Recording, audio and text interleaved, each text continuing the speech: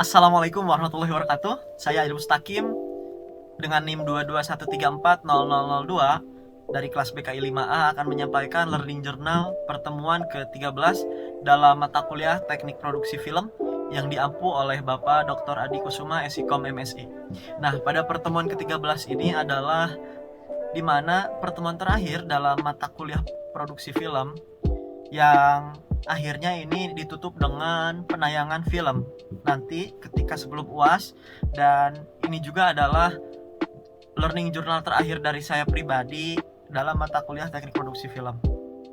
Nah, dalam learning journal pertemuan ke-13 ini adalah saya dan teman-teman saya melanjutkan untuk membuat film dokumenter yang memang judulnya adalah Keberagaman Agama di Banten, dan kita semua tentunya perlu tahu gitu bagaimana perkembangan agama yang ada di Banten ini berlangsung gitu, dari agama Islam, Kristen, Hindu, Buddha, dan sebagainya.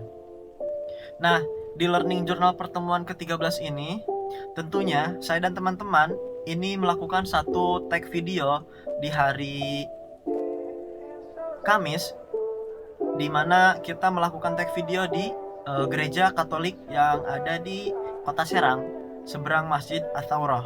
Nah, di situ kita mengambil footage video yang akan dijadikan menjadi film dokumenter. Nah, yang ikut serta di dalam pengambilan video itu adalah Hamimah, saya pribadi, Iin, Najwa, Siti Fajrianti, Mutiara Ashifa. Nah, dan 3 orang lainnya itu berhalangan hadir dengan alasan yang jelas lah gitu. Namun menurut saya adalah yang paling penting ketika kita mengambil footage atau mengambil video di gereja itu adalah teman-teman yang tidak ikut itu tidak tahu bagaimana sejarah perkembangan gereja Katolik tersebut ada gitu. Karena pada dasarnya kita sebagai umat Islam pun, sebagai orang Muslim, perlu tahu bagaimana agama-agama yang ada di sekitar kita itu bisa hadir dan muncul gitu. Nah, gereja yang kita shoot itu kebetulan dia menerima kita dengan baik, dan juga memang sebelumnya kita sudah ada obrolan dan harus menyerahkan surat dulu katanya kepada pihak gereja untuk menjadi pertimbangan boleh atau tidaknya, dan akhirnya boleh, dan kita mengirim surat itu ketika di hari Senin kalau tidak salah. Nah, jadi kita follow up dan mereka mengiyakan dan boleh gitu di hari Kamis itu. Nah, lalu kita mengambil footage yang ada di gereja dan mewawancarai salah satu pengurus daripada gereja itu, tepatnya sekretaris gereja itu, Bapak Stefanus, dan kita menanyakan bagaimana perkembangan gereja ataupun agama Kristen di Banten. Nah, yang menurut saya menarik adalah karena saya sebagai orang Bogor, gereja tersebut diresmikan oleh Bapak Uskup Bogor juga gitu pada tahun 1986. Nah, mengapa menarik? Menurut saya adalah gereja tersebut bisa dikatakan adalah pemekaran ataupun cabang daripada gereja Katolik yang ada di Bogor. Mungkin kalau kita ketahui gereja Katolik yang ada di Bogor itu salah satunya kalau tidak salah adalah Regina Pacis yang ada di Kota Bogor gitu, yang setelah Polres Kota Bogor atau setelah Stasiun Bogor. Nah, di situ juga ada gereja. Nah, menurut saya itu juga yang menjadi salah satu cabang yang ada di Serang itu sepertinya dari sana, ataupun gereja yang ada di Kota Bogor atau di Kabupaten Bogor yang lainnya. Namun yang menurut saya menarik adalah gereja yang ada di Serang ini adalah gereja Katolik yang ada di Serang ini adalah diresmikan atau diberkati oleh Bapak Uskup Bogor gitu. Nah, gereja tersebut memang sudah ada sejak lama, yang menandakan bahwa sebelum Banten ada pun gereja tersebut sudah ada gitu. Jadi gereja tersebut memang sudah ada sebelum Banten berdiri dan masih berstatus Kabupaten Bogor gitu, atau masih berstatus Jawa Barat lah gitu sebelum Banten mekar di tahun 2000. Nah, yang menjadi daya tarik juga adalah di mana gereja Katolik itu ternyata berbeda lagi dengan gereja Protestan, yang memang pada dasarnya apabila gereja Protestan itu cara sembahyang atau cara ibadahnya itu selalu berbeda satu gereja dengan gereja yang lainnya, melainkan eh, gereja Katolik itu selalu sama dari atas sampai bawah, alias dari misalnya dari pusat sampai ke daerah-daerahnya itu sama semua cara sembahyangnya atau cara peribadatannya gitu.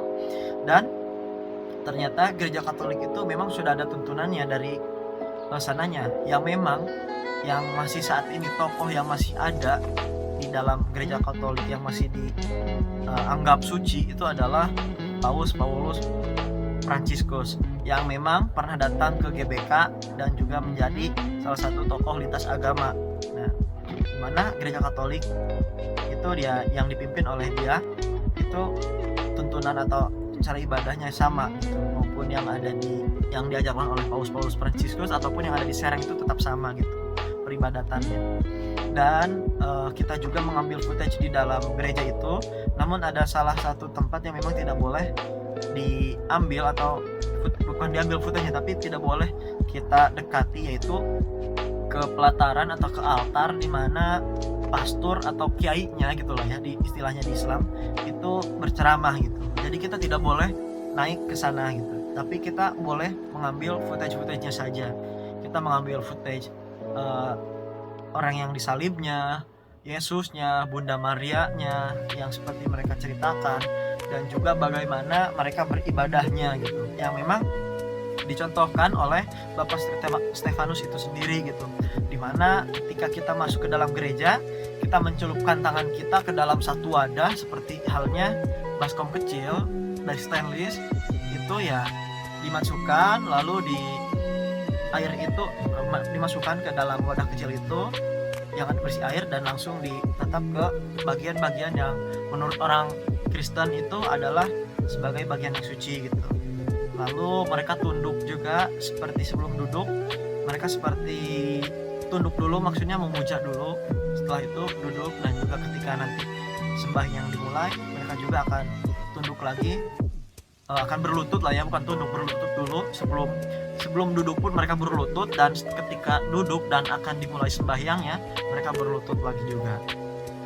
Jadi itu yang bisa saya sampaikan, bahwa gereja yang ada di Banten ini ternyata menarik juga loh, terutama gereja Katolik yang memang menurut saya yang baru kemarin kita ambil footage-nya itu, ternyata itu adalah bagian daripada gereja Katolik yang dulunya itu ada di Jawa Barat, khususnya di Bogor. Cukup sekian dan terima kasih kepada Pak Adi, dan mohon maaf apabila saya penyampaiannya kurang sesuai dengan apa yang Bapak harapkan, dan juga terima kasih kepada Bapak Adi yang sudah membimbing kami dalam 1 semester ini dalam mata kuliah teknik produksi film. Mohon maaf apabila ada kesalahan yang sifatnya luar dan dalam, mohon dimaafkan. Terima kasih.